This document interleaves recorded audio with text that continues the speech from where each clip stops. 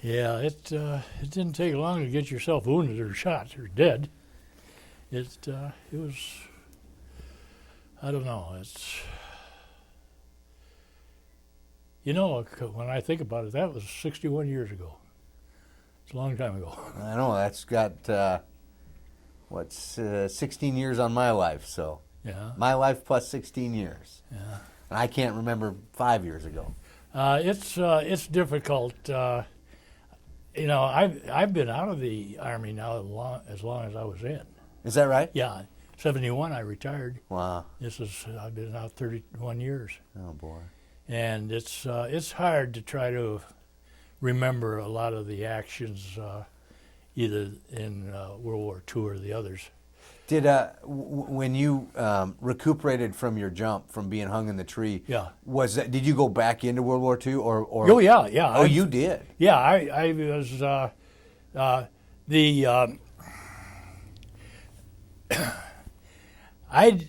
right after Normandy was pretty well under control of France. They came up with Market Garden. The 101st, 82nd British Airborne units. I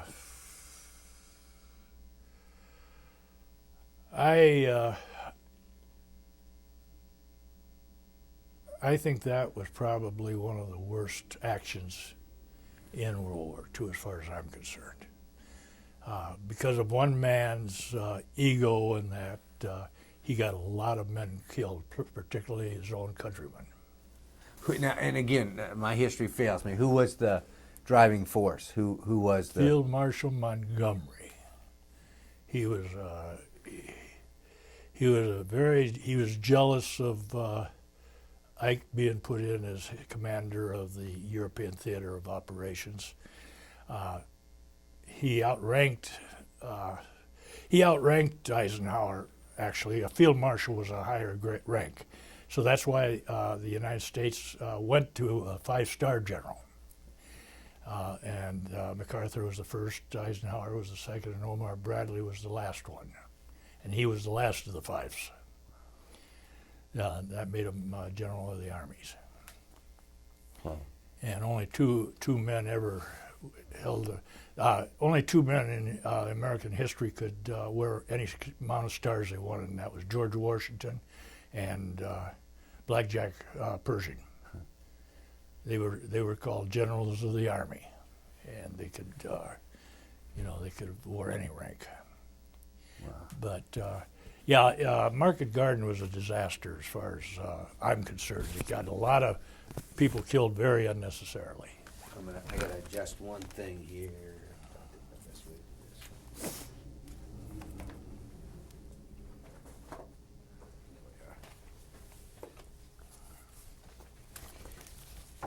Now, did you face the Hermann Göring division also? Oh yeah, there in Sicily. Oh yeah.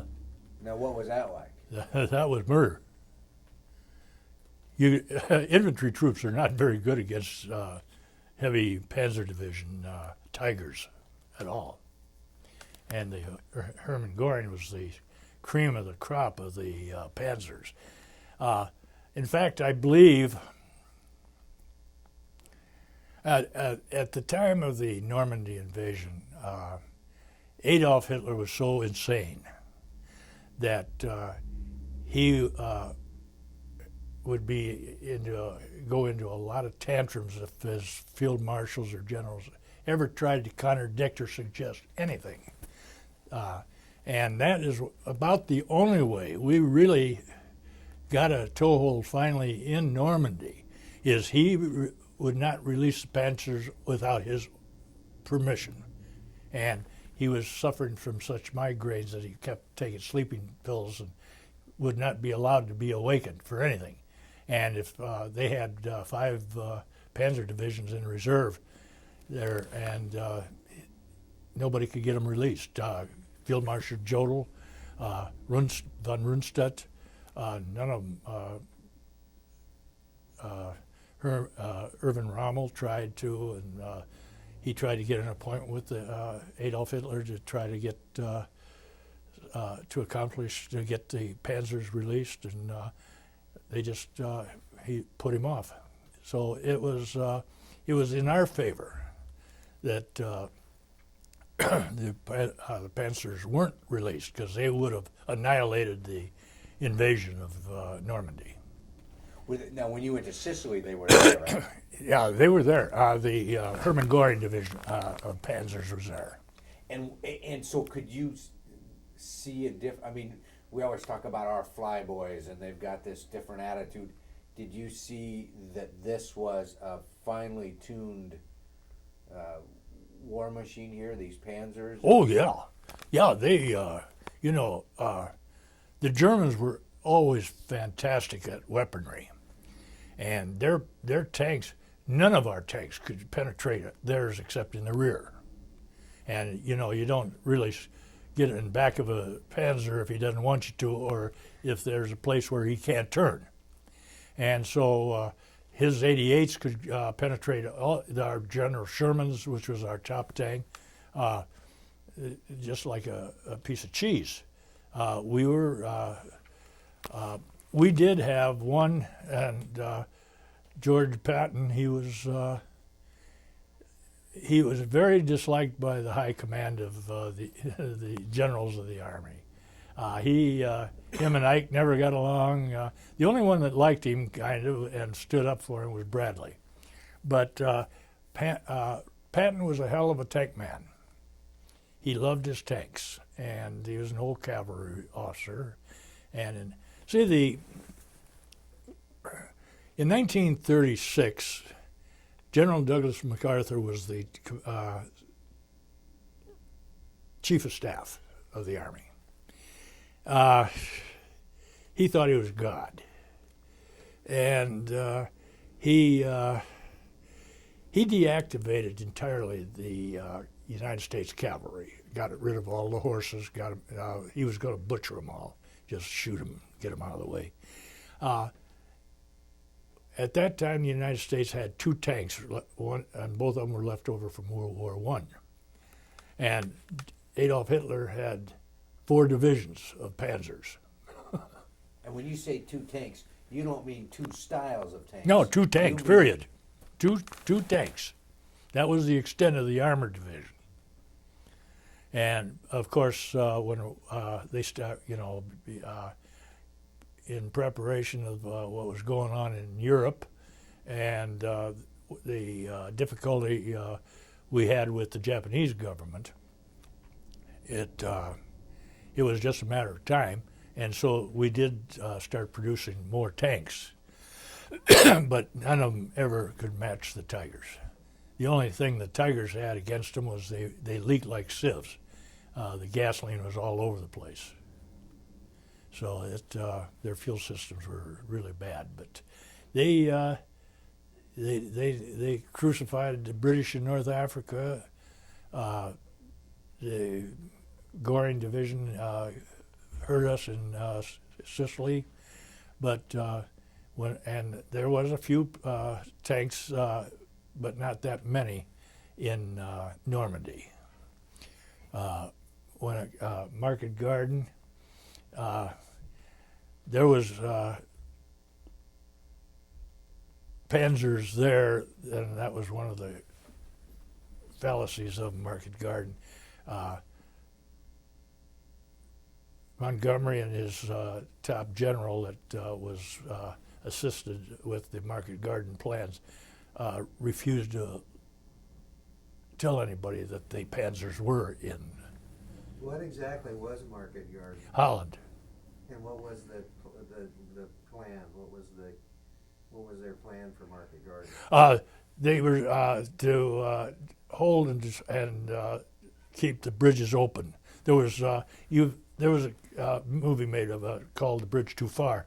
I can't think of the names of them now, but it was important to keep the roads open because the United States Army was pushing towards Berlin, and that was we were pushing the Germans back, and Market Garden was supposed to be able to take and hold most of Holland, which would have given us a good access into Germany, and it was a fiasco, and the British lost a hell of a lot of men. It almost totally wiped out the British Airborne. And you said that was a matter of ego that drove that. Yeah, he refused to admit he didn't let any of the commanders of the 101st, the 82nd, or his British general that commanded the British Airborne units know that they had pictures of panzers in Holland waiting for them. So basically, they walked into a. Yeah, they were surrounded almost immediately upon landing in Holland. It was a bad area, very bad.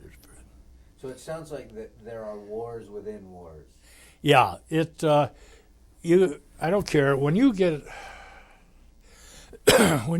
a bunch of different armies together. There's always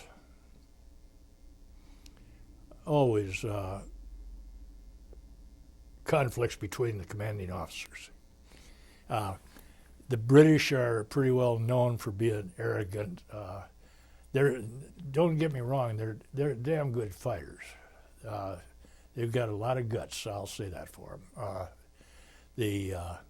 In fact, one of the greatest military units today is the British SAS.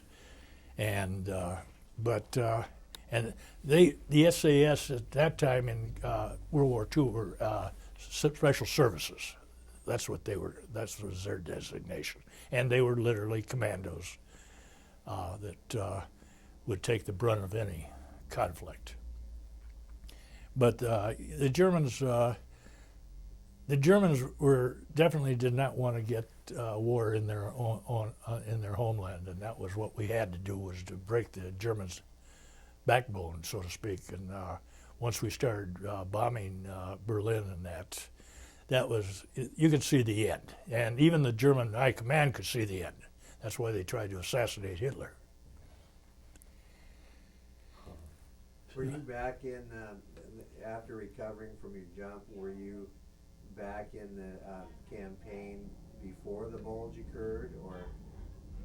After you recuperated from your jump at. Yeah. Were you back in the campaign before the Battle of the Bulge, or? No, I never was back in Europe. I went to I was attached to the 11th Airborne and jumped in at Yokohama right after the atom bomb.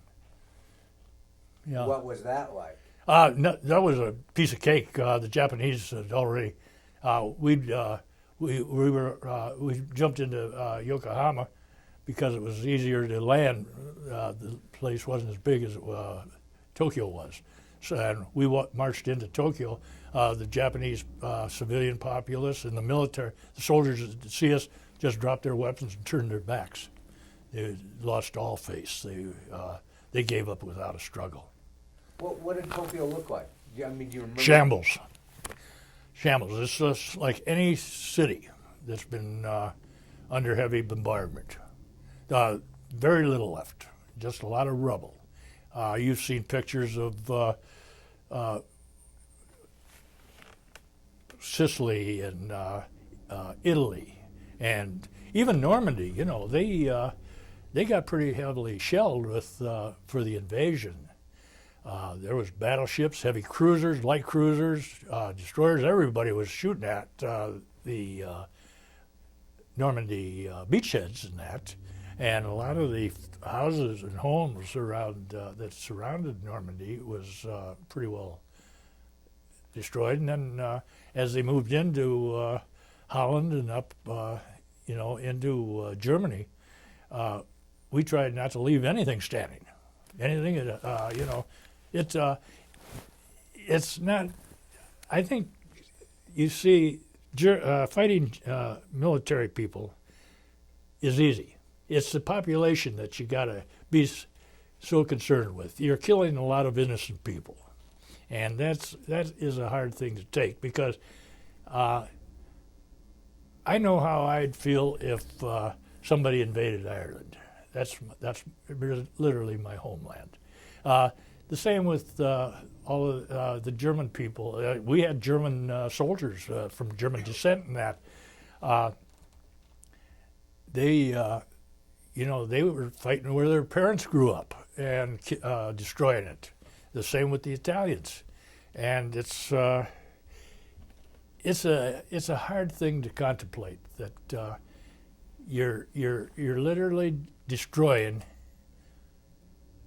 whatever. You've got ancient artifacts in Italy, in Rome. At the Colosseums, and that we tried not to do any damage to that. The American people and the armies, they tried to protect the Vatican as much as possible in that. So there were certain places or buildings that we. Well, yeah, we didn't want to destroy any of. But like I say, by the time we got into Italy, the Italians were ready to give up. In fact, they turned on their own dictator, Mussolini. They hung him up by his feet. They flat didn't want anything to happen to Rome. Now, the thing that also always amazes me is that sometimes some of these small villages you would go through, there was still a semblance of a normal civilization. They're still trying to get their stores back up and running. Right, yeah. A lot of the small, even in England, London took a hell of a blitz from the German Luftwaffe. And, life had to keep on going. And they did their best to keep, life as simple as possible. Or as real as possible. They tried to have stores. Food was sometimes you couldn't get food in like you'd like to, but there was airdrops and what have you that kept the British from falling apart. If Hitler had been intelligent and listened to his field marshals instead of opening up on so many fronts, especially Russian fronts, he could have wiped England off the map, literally. So it was,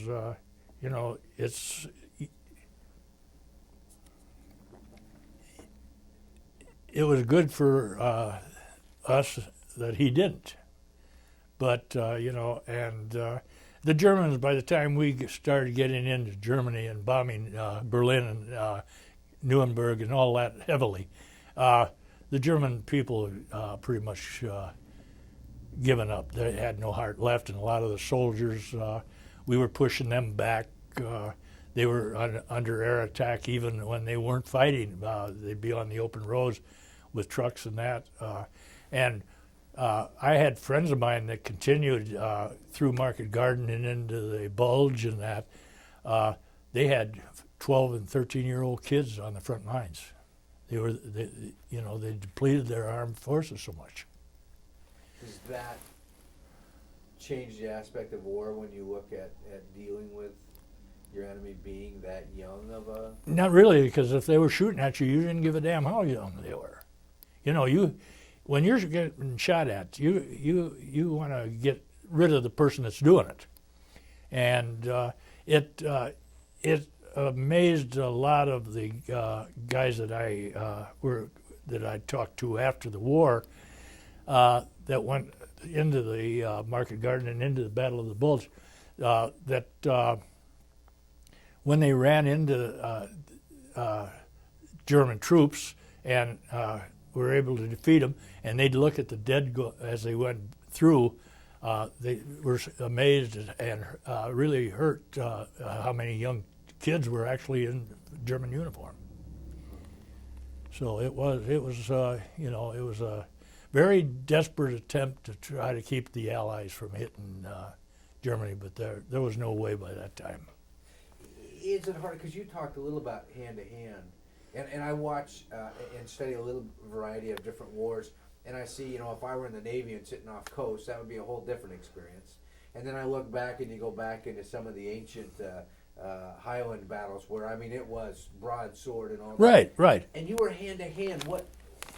Well, what I mean hand to hand in World War II, we didn't have the great bayonet charges as they did in World War I, or they didn't have the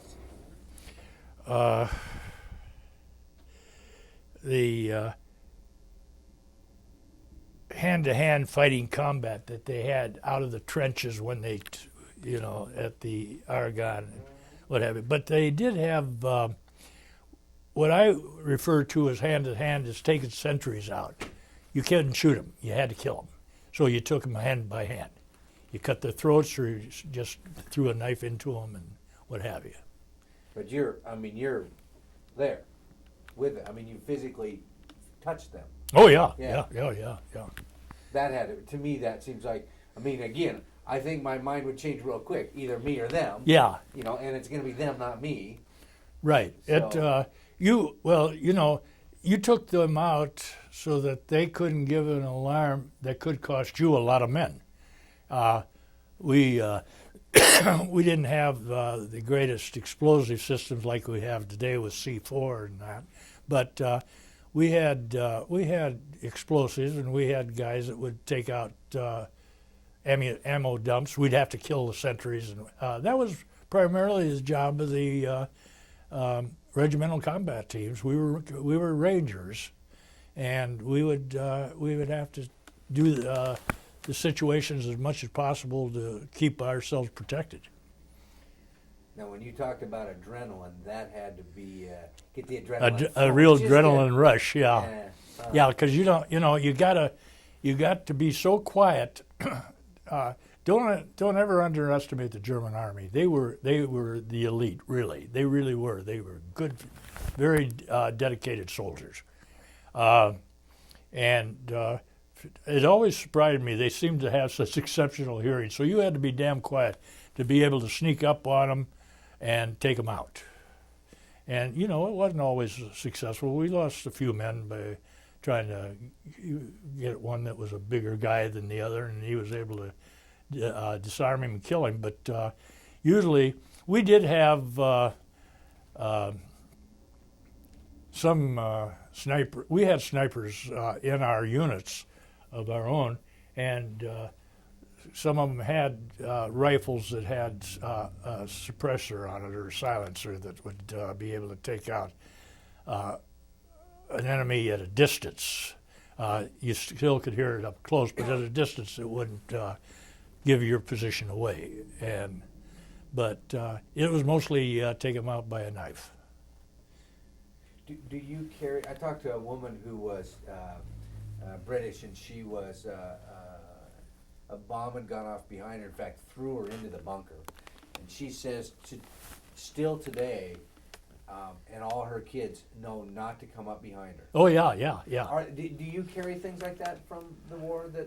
Oh yeah, I'm like I say, I'm 87 years old now.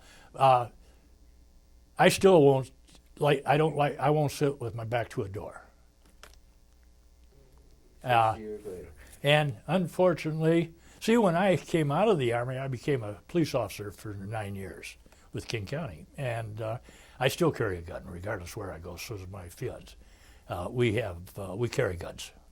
We have gun permits, and it's a hell of a life. You have to do that, It shouldn't be that way in this day and age, but it is, and I guess we have to just live with it. And that's the way we did in war. We lived with the things that we had to do. Some guys couldn't handle it mentally, and they cracked up. I guess that happened in every war that's ever been in existence. There's people that can take it, and then there's some people that it just breaks. My mind jumps around a lot here, and this is one I forgot to ask because I thought about it. Okay. Superstitions, paratroopers. Did you have superstitions? Oh yeah. It would happen like how do I want to say it? You didn't before a jump. You didn't drink. You didn't drink anything. You kept close to your to the unit people. There was a silent camaraderie there. You didn't, you know, you might see pictures of combat where they were all drinking before and all gung-ho. Forget it. You didn't, you always tried to jump clean. And the way what I mean by that, if you jump in clean, you can, if you, like some guys played poker or something and they made a winning, they tried to lose it because they didn't want to have to jump with a whole bunch of money.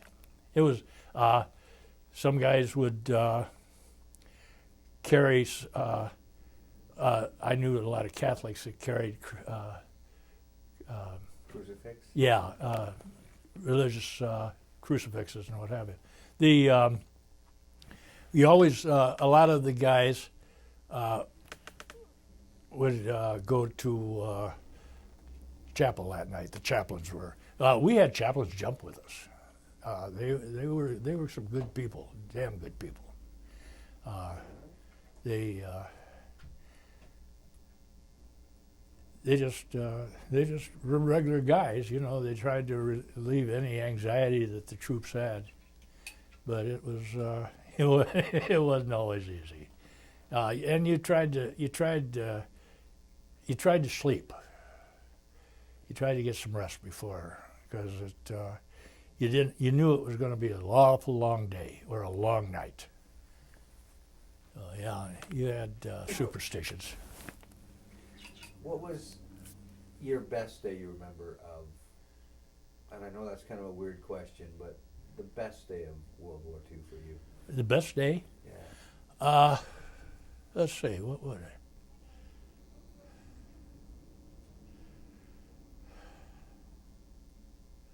Oh boy, that's a hard one to think of, because I had good days. Probably one of the best was my first Purple Heart. And what did you get your first Purple Heart for? I got wounded over in Sicily. Not where I was incapacitated, but it was I was shot. Because you have I got 5. 5. Yeah. Yeah. Through the years, I've got a friend of mine that wanted one for his kid, and I gave it to him. And somebody swiped my Croix de Guerre from World War II. But someday I'll get another one someplace. I've got one from another war, but you know that it's always nice to have it. But like I say, you know, in this day and age, all of those medals and $1.50 will buy me a cup of coffee. About $3 today. Yeah, actually, you're right. Although I drink plain black coffee. I don't, nothing fancy. What about your worst day? I think Normandy would be my worst, where I saw all my guys in my company being killed coming down. I think that's why I crashed in that tree, because I had my eyes on them being slaughtered and not seeing where I was going, and that tree came up awful damn fast. That was the thing. One thing bad about the invasion of Normandy for paratroopers, especially as a night jump, was you didn't know the topography of the land. You didn't know if there was a bunch of woods here, how much free open space there was here. Our drop zones originally were pretty well mapped out because of the French underground that kept giving us information. And even when we landed, the French had been given code words that took out German communications and all that. But they did help a lot of the guys that got separated from their units by helping them try to get back. But yeah, seeing the F Company getting slaughtered coming down, I think that would be my worst experience in World War II. How close were you to the ground before you could? Well, how high did you jump from? Do you remember what? Yeah, we were about 2,000 feet. So fairly low. Quick Yeah, jump. yeah. You couldn't, because we had to. We could see there was a building that had been hit in St. Maria Glees that was on fire, and we saw that from the air when we jumped. But most of the countryside, of course, was blacked out, just like we blacked out during the war here. The Germans and the populace did there. And so we could guide ourselves a little, but then when we were so far off course and the T-3 wasn't a very maneuverable chute anyway, and you get a crosswind or something, and we were scattered all over. Have you ever been back? No, I haven't.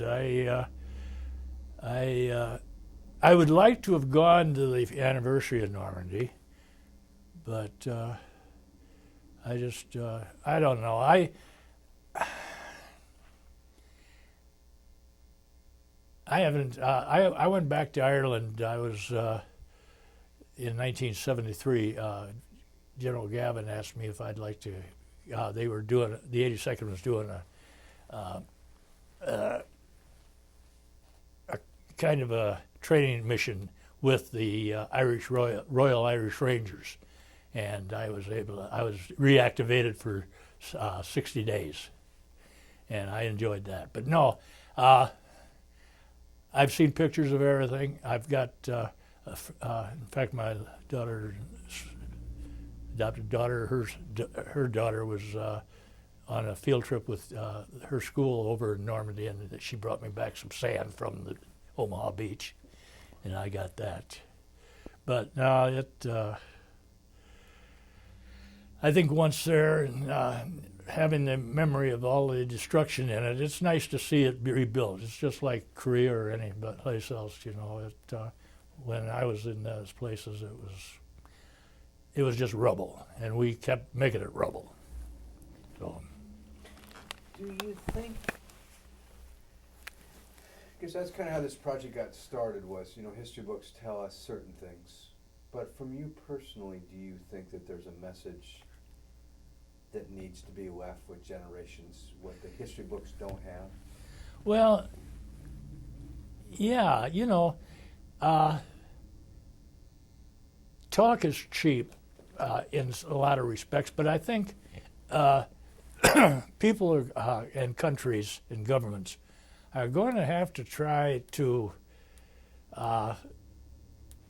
interface with each other to keep from slaughtering a lot of people. Because you take today, you know, we had in North Africa and that we had a lot of German Jews that fought with the British.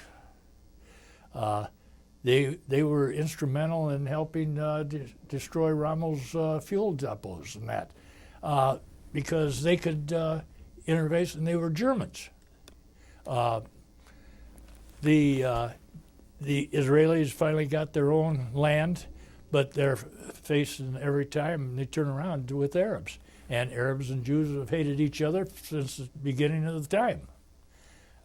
It goes all the way back to ancient Egypt when you know, all they were slaves.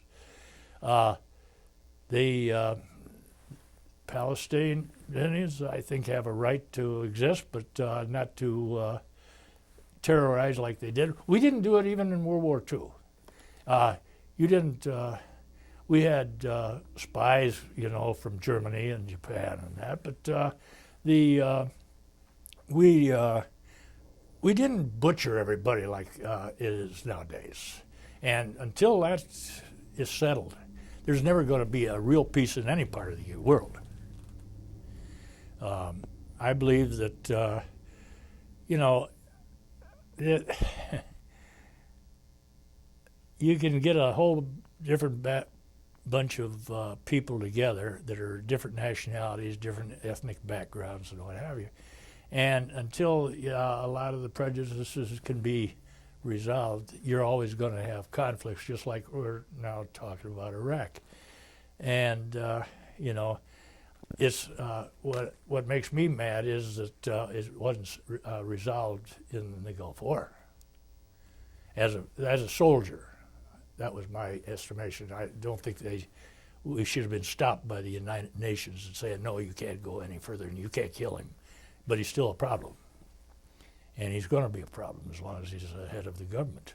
So, you know, it's 6 of one and half a dozen of another, Carl. I don't know what to tell you. You have an interesting perspective, and I'm going to jump. Normally I don't ask people these questions, but we're kind of looking at this project continuing on. You have a perspective of, and I'll try to use all the terminology right, a war, a conflict, and a military action. I think those are the three different terms they use, and I mean 3 wars. But World War II, Right. Korea, Yeah. and Vietnam. Right. Well, Is war, or were those 3 different, from your experience? from my experience, Korea was a major war, and it was called a police action, for the simple reason that that was from the auspices of the United Nations. They didn't want to declare war. It was more or less a police action. I served with a lot of different foreign units in Korea, and I enjoyed a lot of them, especially the Turks. I've done a couple of night patrols with them, and that was an experience I'll never forget. But yeah, Vietnam, okay.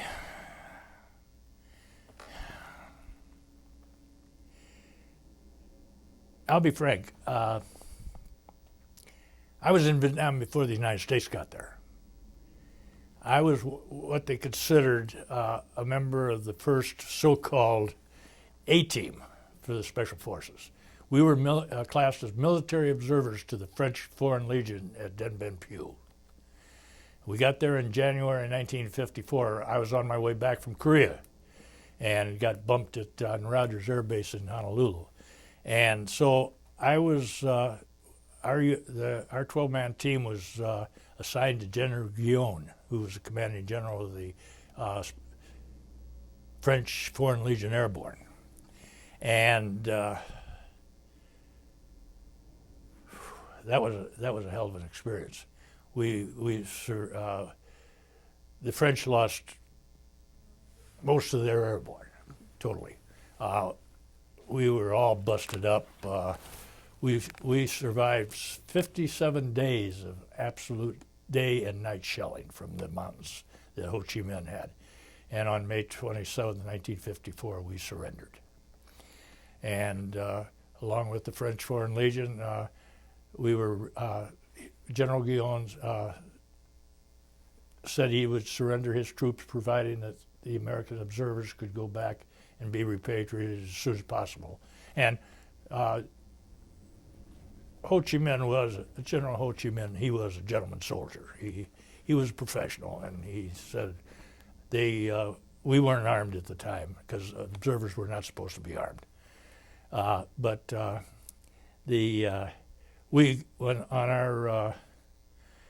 When we got back and was in a debriefing, we tried to tell them to stay the hell out of it. Stay the hell out of Vietnam. We have no business there. The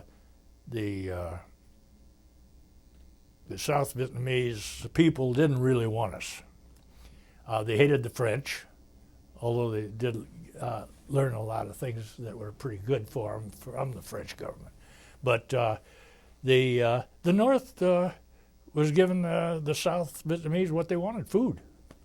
So they weren't really anxious for us, but unfortunately the corrupt government of South Vietnam, they couldn't get us in there fast enough, and our people couldn't get there either.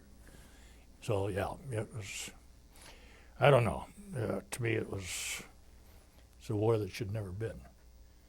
And yet they call it the Gulf War, and it lasted what, 2 months?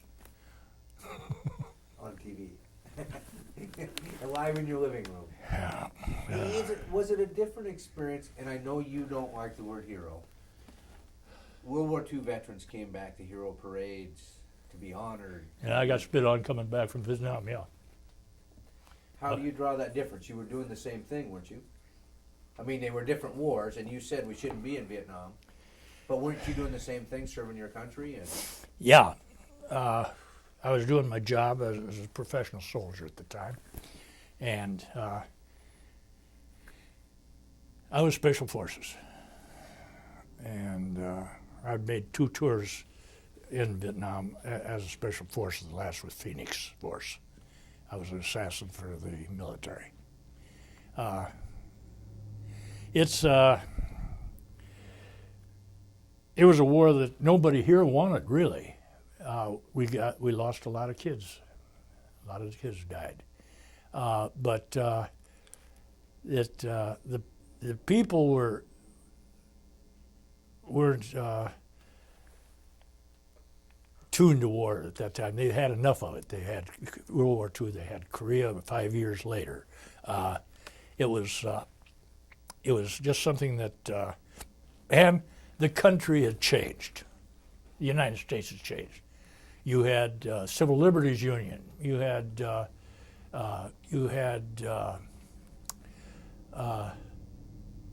lot of this Christian unity, and it was a constant battle between all the groups, what was right and what was wrong. And the poor soldier, he was. Somebody said one time to me that we were pawns, and that and our government was nothing but insane and thoughtless and what was it? Anyway, uncaring. That we had to do whatever they said, and in a way, it was true. It was true, especially for the professional soldier. And I was a combat soldier all 3 wars, so I know. And you know, even in Nam or Korea, we've seen the shambles that we helped create. The North Koreans, of course, in Korea did a lot, but we did a hell of a lot going. I was Manchu Raider of the 9th Regiment of the 2nd Division. We landed at Busan, which was a hell of a battle, and going up up into Korea itself. We got pinned down outside of Daegu in 74 below zero weather. A lot of guys froze to death, so it was hell. The 23rd Infantry Regiment, I requested transfer to from the 9th, and so then we were at Bloody Ridge, Heartbreak Ridge, Hill 201. They were brutal battles, absolute brutal battles. I was wounded a couple times in Korea, and I was awarded the Distinguished Service Cross, which is the 2nd highest decoration. I've got 2, and you know, it's they're I guess they're nice to look at, but then when I sometimes see them, I wonder if the whole damn thing was worth it. And my sweetheart and others keep saying, yeah, if it wasn't for guys like you, we wouldn't be here. And maybe it's true, I don't know. All I was a common soldier and did my job. So is this statement accurate then? And it's a 2-part statement. War is hell, but a war is not a war is not a war. Right. That's true. Yeah, you know, yeah, war is hell, because there's, you know, it's very easy to say, oh, we're going to go to war, not giving any consideration to how much loss you're going to have. And I think that's the shameful part of it. Would you do it again? I mean, if you were to rewind history, and you know what you know now, and it was in the 1940s again, you're out in Montana. Yeah, I would do it again. I really would, but I would do it differently. See, I turned down a lot of field commissions, and unfortunately, I got a majority dropped on me in Korea because all of the officers were getting killed. So I was a major, battalion commander for 6 months, and I asked to go back to my permanent rank, which was sergeant major, first sergeant. And but yeah, I think I'd have gone ahead and taken a commission and tried to make it a better decision than I was able to as a sergeant. Although I was lucky, I had some good officers that if they had a question, they would take my experience of combat and listen. So that helps. And then I've had some that are gung-ho that get a lot of people killed. So Here's a question, I mean, totally off the different realm that just came to my mind. When you think of World War II, does any song pop in your head? Music? oh God, yeah. Yeah, hell yeah. You remember when I joined the Army, you know how much we got paid? They made a song of it, $21 a month. Yeah, the Andrews Sisters and, oh, what the hell was it? Don't sit under the apple tree. Yeah, that and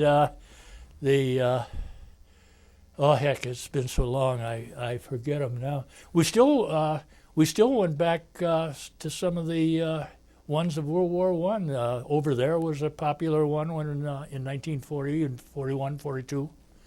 Do you remember Lily Marlene? Oh yeah, Lily Marlene, that was very popular.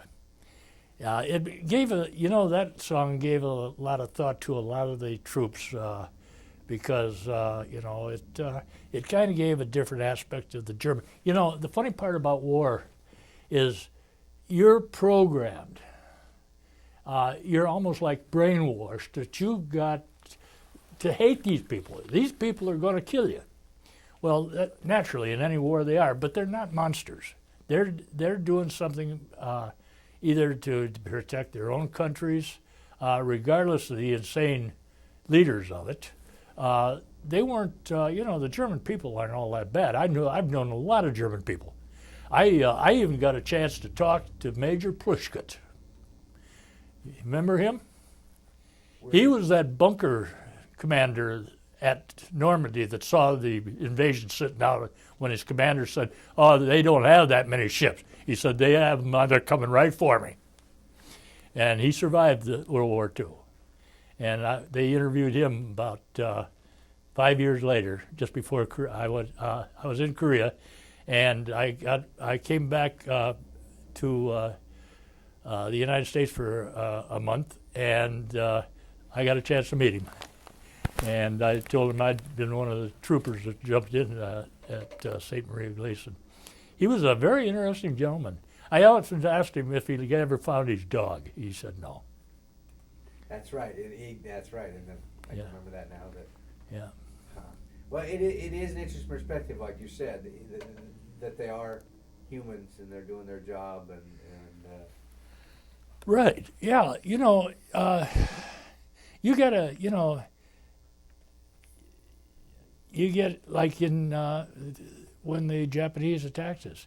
Admiral Yamamoto wasn't that bad of a guy. He was a professional. He'd lived here in the United States, and he was attached to the Japanese embassy, and he knew the people of the United States. He had a lot of respect for him. It was Tojo. The emperor was just a figurehead.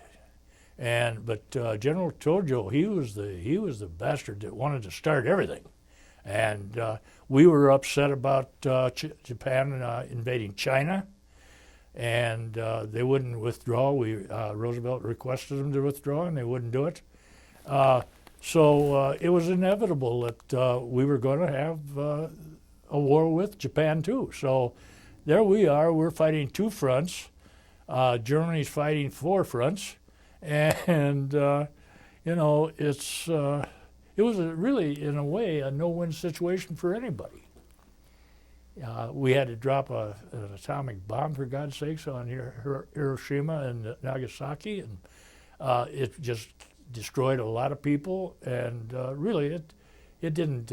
Now here we are. We're good friends half the time with Japan, and we get a lot of things from Japan, and we trade, and it seems like wars always might be hell at first, but it seems like the people resolve those problems afterwards. I don't know. I really don't know. I was a common soldier. I'm not a politician. that was going to be my question. Do you think that common soldiers understand the political aspects of war? No. History was always, I loved history. So I did that. I enjoyed kind of the why we're here. Why are we being sent to this or that? I would suggest that our politicians be the first ones in the front lines. That would be my suggestion. Maybe they'd change their minds so and want not go to war so much. But we did even the kids that were drafted and what have you, they did their job for their country. And that's, I guess, the best answer you can give. You know, they tried to survive a bad situation. I heard one veteran say that beyond doing it for your country, that when it came down to it in a battle, that you were doing it for the person standing next to you, for your the people in your group. The soldier standing next to you. Do what? He was saying that he had heard one veteran say that he heard that not only were they doing it for their country, but for that soldier standing next to them. Yeah. You protected each other's backs as much as possible. You know, you didn't. We had some crazy commanding officers, battalion commanders that were gung ho as hell, and they got a lot of people killed, a lot of good men killed, more for ego, but there wasn't that many. We were briefed on what we had to do, and we would know that we would have backup from this division or that division or what have you. So we were told, like the paratroopers, both of the 101st and the 82nd, and they were you take this position and hold it till relieved, and that's what we had to do. And it a lot of times waiting for relief could cost us some men, but it was what we were supposed to do, and that's what we had to do. So yeah, you protected each other as much as possible.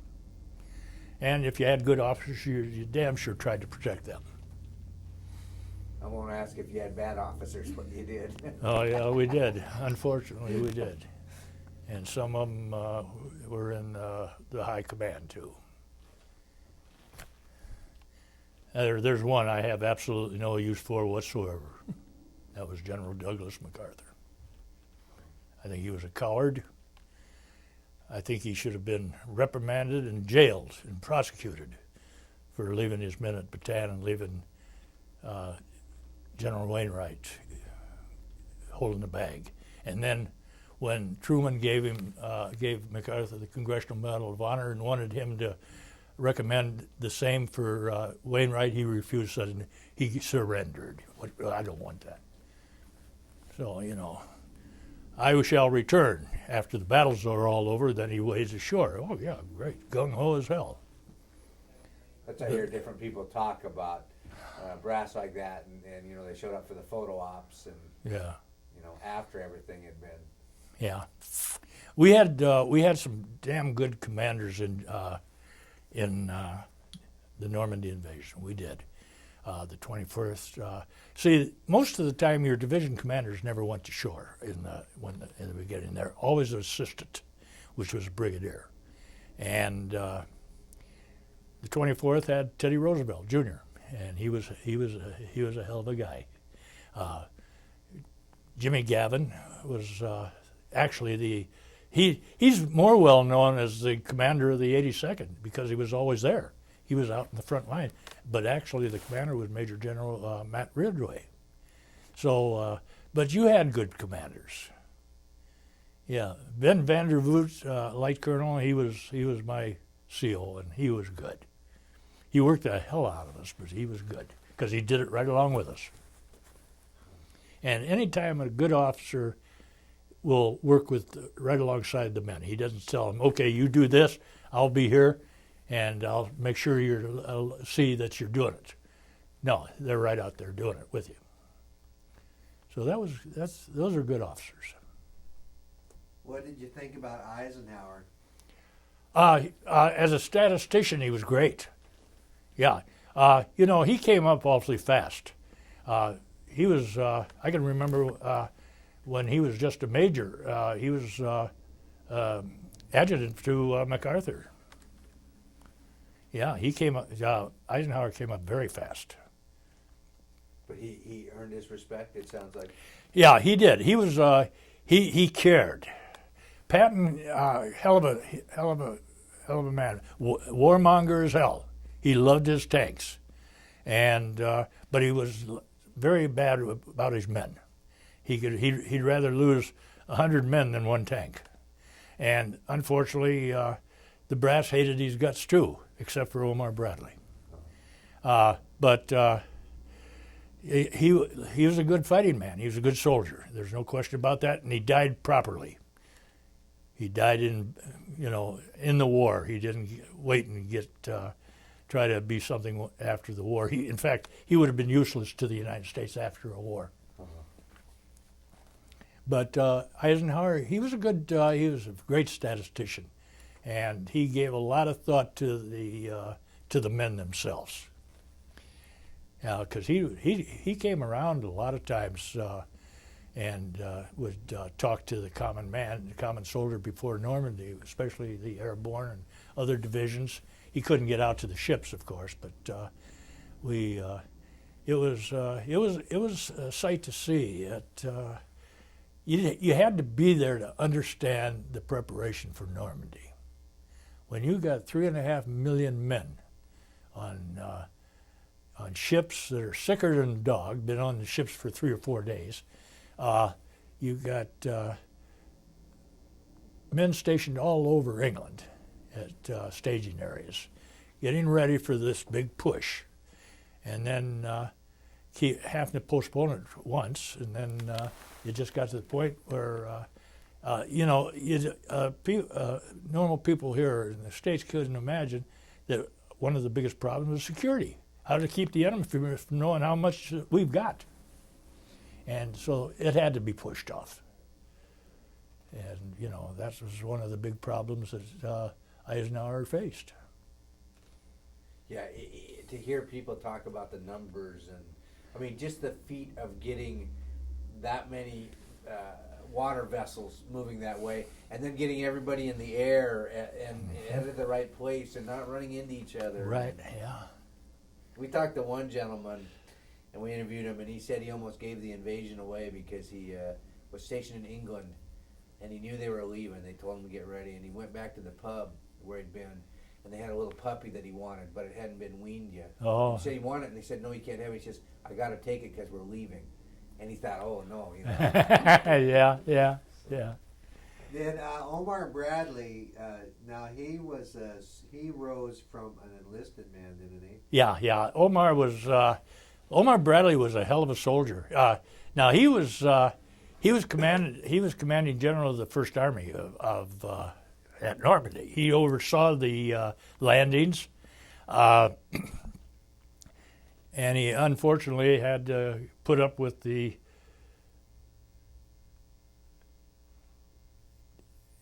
Omaha Beach travesty there, where everybody was pinned down and the men were getting killed left and right.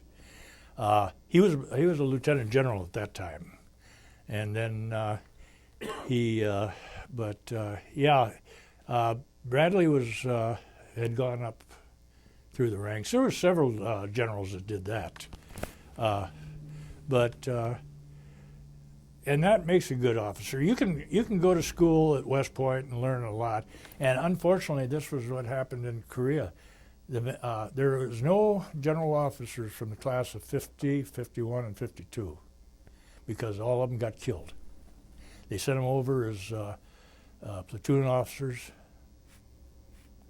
They just, the North Koreans and then the Chinese saw them with that nice shiny brass deal on their helmets, and that was the first ones they took out. Big target. Killed everybody. Yeah, we sergeants were being made company commanders and everything else. I was made a brigade commander, for Christ's sake, battalion commander, and I just didn't want to have to write letters to the guys that got killed, to their parents. So I was a good sergeant. Fortunately, I had a lot of good officers that listened to what I had picked up along the way. So that helped him and helped us. What is your opinion of FDR? What do you think about him? What do you think about him? FDR, I respected him. I was way out in God's country in Montana, so I don't know that much about him as far as politics. But I know that if it was today, he'd never been elected president. The people of this country never elect anybody in a wheelchair. But I think he tried real hard to bring the country out of the Depression. He got he started the program of the what was it? Do what? YCC Yeah, the or CCC. yeah, Conservation Corps. Yeah, Conservation Corps. They dressed them up in World War I uniforms, and they had the WPA projects going on, and we always heard the part of that. We poke along, they served a big purpose at the time because the country was in a hell of a shape financially. They had the Depression. Multimillionaires were down to paupers. They didn't know what to do. It didn't bother us because we had all the food we wanted. And if we wanted anything other than beef, we traded for it, So it was, I guess, where you are to make a problem worse. People in cities, I could understand. They had soup lines and things like that. They did their part. Well, I guess one of the things that really always endeared me to some of the entertainment was Bob Hope. That guy we looked forward to seeing because we always knew that he was going to be a nut and he's going to bring a good bunch of people with him, and it took our minds off the war. We might have just come back from one hell of a battle, but there we are, we're relaxed, laughing, watching Bob Hope. So you got to see one of his shows. Do I? You actually got to see one of his shows. shows. Oh yeah. He was in all three with you too, wasn't he? He didn't make too many of Nam. For one thing, it was too dangerous for him. Because Vietnam, you didn't know who the hell your friends was. You could be getting your boots shined in Saigon, and that kid was blowing you up. It was you didn't know who you were friendly with. It's strange. When we went to Korea, when I did in 1948, we were kind of in an advisory capacity to help the police, to build up a police force in there. The Army itself, God, that was a travesty because, boy, I mean, you had to depend on them to watch your back, and they were bugging out. The minute a shot was fired, they were gone. But now they're one of the best armies in the world. So, things change, and it's kind of enjoyable. Yeah. Well, thank you very much. Thank you. I appreciate it. I hope the kids get a kick out of it because I know I believe I did, because it brought back good memories and bad. But I always try to be optimistic. I think things can get better, and hopefully in my time, but I doubt it. I think it's going to take a while, but I think we're smart enough and have seen enough tragedy and I think the people are waking up that we're not, we can be pretty vulnerable to somebody that's very determined, as 9/11 did. So it's held to be that way, but it's the way it is. Hopefully we have. Let me get you on mic.